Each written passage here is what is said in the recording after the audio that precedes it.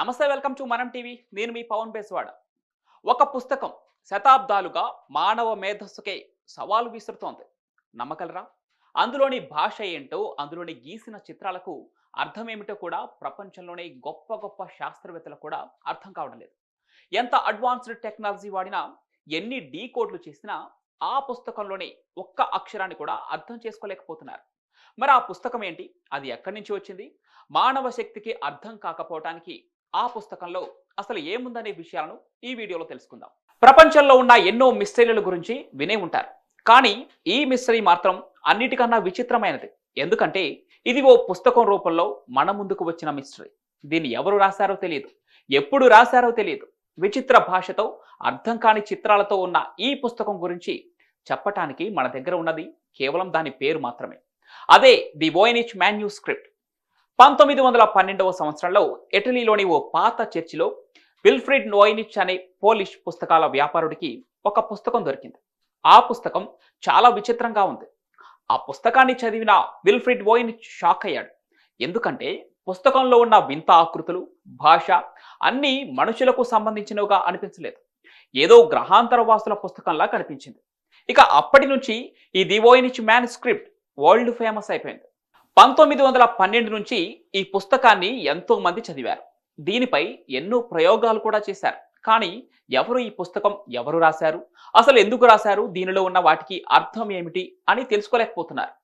ఈ పుస్తకం మొదటి పేజీలోనే వింత మొక్కల బొమ్మలు కనిపిస్తాయి.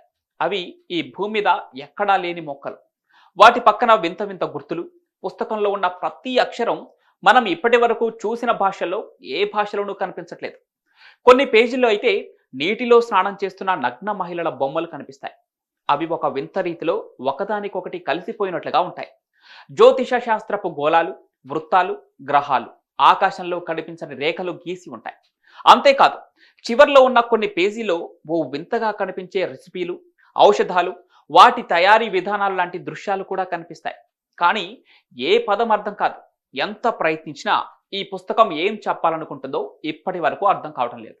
ఇక శతాబ్దాలుగా ప్రపంచంలోని గొప్ప గొప్ప భాషా నిపుణులు, కోడ్ బ్రేకర్లు దీన్ని చదవాలని ప్రయత్నించారు.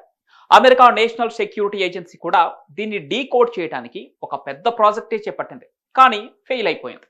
కొంతమంది శాస్త్రవేత్తలు ఇది ఆ మధ్యయుగాల్లో ఎవరో పిచ్చిగా ఊహించి రాసిన పుస్తకమని, అసలు ఇందులో ఎలాంటి అర్థం లేదని అంటున్నారు. మరికొందరైతే ఈ పుస్తకం గ్రహాంతర వాసుల గురించి చెప్తుందంటున్నారు. ఇక భూమిపై వాళ్ళ పరిశోధనలు ఎలా జరిగాయో ఇందులో రాసి ఉంది అంటున్నారు. 2019లో ఓ ఏఐ ప్రోగ్రామ్ దీన్ని డీకోడ్ చేసే ప్రయత్నం చేసింది. ఈ పుస్తకంలో ఉన్న భాష ప్రాచీన హీబ్రూ భాషతో సమానం కావచ్చని అంచనా వేసింది. కానీ అది కూడా ఓ క్లారిటీ లేదు. ఒక అద్భుతమైన విషయం ఏంటంటే ఈ గ్రంథాన్ని రాసింది 1404 నుంచి 1438 మధ్య కాలంలో అని కార్బన్ డేటింగ్లో తేలింది. అంటే ఇది దాదాపు 600 ఏళ్ల నాటి గ్రంథం అన్నమాట.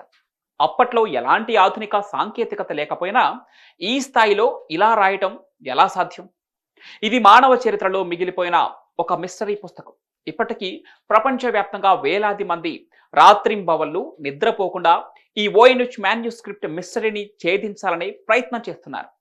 ప్రస్తుతం ఈ పుస్తకం అమెరికాలోని ఏల్ యూనివర్సిటీ విన్కీ రైర్ బుక్ లైబ్రరీలో భద్రంగా ఉంది. కావాలంటే మీరు కూడా వెళ్ళి ఈ పుస్తక రహస్యాలను ఛేదించవచ్చు. మరి ఈ వోయినిచ్ మాన్యుస్క్రిప్ట్ మిస్టరీ గురించి మీరేమనుకుంటున్నారో కామెంట్ల రూపంలో తెలియచేయండి. వీడియో నచ్చితే లైక్ చేసి షేర్ చేయండి. ఇలాంటి మిస్టరీ వీడియోల కోసం మనం టీవీని సబ్స్క్రైబ్ చేసుకోండి.